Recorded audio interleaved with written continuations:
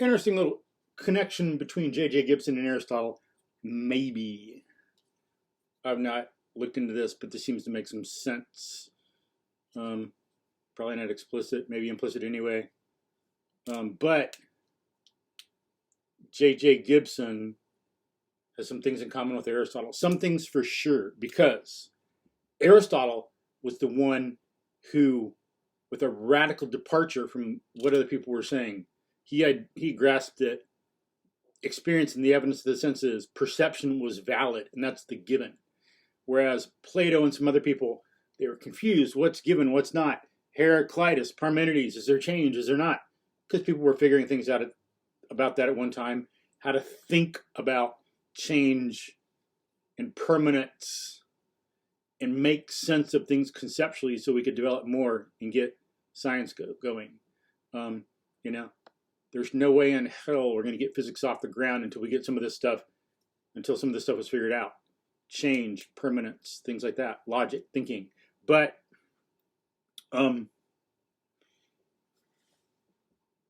Plato, making some major mistakes, said that the evidence of the senses was full of illusion and lies, and it was deceitful. You could not trust it. Truth could not be found there.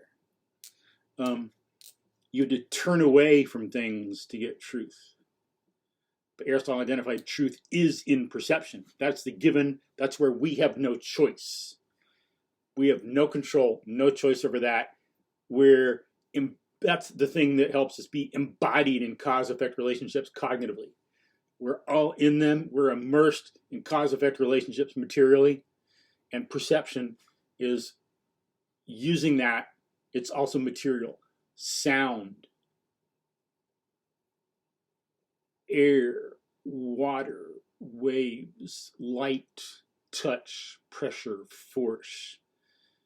And we have consciousness and perception from that. It's beyond our control. So even though sometimes I would prefer to be sleeping, and if I had conscious control, I could make it stop, there's annoying noises after midnight when people are playing some loud music outside. And that would not happen if we could control it, because I would not let that happen. But it does. It is outside of our control. It impinges on us, etc., etc., etc. And so Aristotle said, evidence of the senses is valid. We find the essence of things there.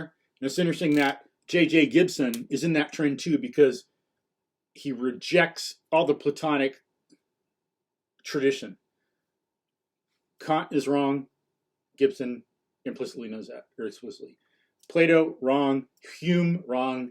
We know necessity. We don't doubt it. There is causality, unlike what Hume says in others. So Gibson, perception is real and valid. We have direct perception of things, unlike the way some people said, and some philosophies, they think we don't perceive things. We're just like a little person in our head watching the movie screen of things affecting us. Or we don't really know things at all. Everything's an illusion, like Plato and some others.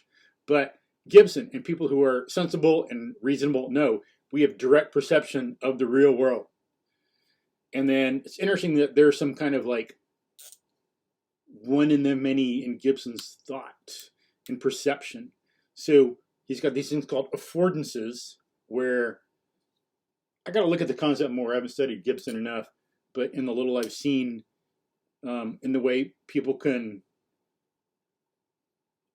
define or develop the concept of affordance, can be some different with some different people. But with Gibson himself, I think it was in the relationship between an organism, an animal, and its environment. Things with consciousness, not like plants, but animals that move through the environment. So it'd be like, this is the word he used instead of value. I think he was using value, but that's in philosophy. He didn't want to use it. He uses affordance. It like affords, we know from experience that we can grab this, or we know we can throw it. We know that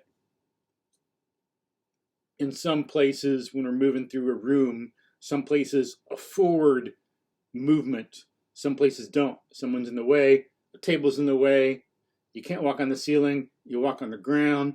We can walk through and around thing, and we in some way experience or perceive those affordances directly. Like there's the things in the world, these one in the manys that we observe. All this stuff is going on. I would think, I don't know if it conveys a different situation, so there's a one in the many in that respect or not, but there is some kind of connection with Aristotle there. At least perception's valid. I'm not sure about getting the one in the many and seeing it in this context in a different light to like afford stuff, like say playing baseball.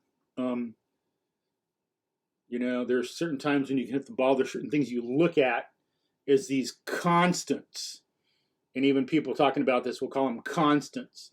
There's this certain constant, certain constancies. Forget some other term, maybe tau. I forget what tau means. Gotta look that up. But there's things you look at to see if you're going to hit the ball. So it's like a one in the many in these different situations. Is this constant thing there that allows you to hit the ball, score a goal in soccer, head? Like when, in what situations, and in what commonality do you always know you can hit the ball? Or know, like know you can, or know it's close, so you should try. Or something in hockey, or American football, or parkour. You know, there's certain, to know you can do something in parkour, there's got to be something common to these different things. So there's like a one in the many there. There's this commonality in these widely varying things, especially in the moving out stuff I do, where amazing complexity, because you're doing it's like parkour and weightlifting and CrossFit and stuff, outdoors or in complex situations. Of course, you can do it in the gym. Some of it, MoveNat, is groundwork, mobility. Could be done in a gym in a very limited space. And then it's got a whole breadth of things from groundwork to running, crawling, climbing, throwing, catching, carrying, lifting.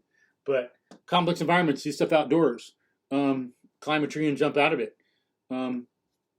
Limbs, is the limb strong or is it weak? Is it old and is going to break? All these things you got to look at to see if the environment affords things. The ground, different textures, different ground, different hardness or wetness or smoothness or slipperiness of ground. All these different surfaces and textures and movements.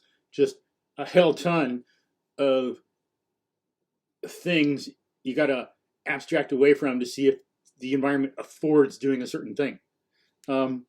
So you really got to look for commonalities there. But there's something interesting that I'd have to dig into, see if it's an explicit connection or more. Seems plausible. I like the hypothesis. I like to think about it that way anyway. It's nice food for thought, but again, just food. We'd have to look into see if that's an actually legit, actual connection. So, food for thought. Look into J.J. Gibson too. Did some good work. Perception is real and valid. Peace.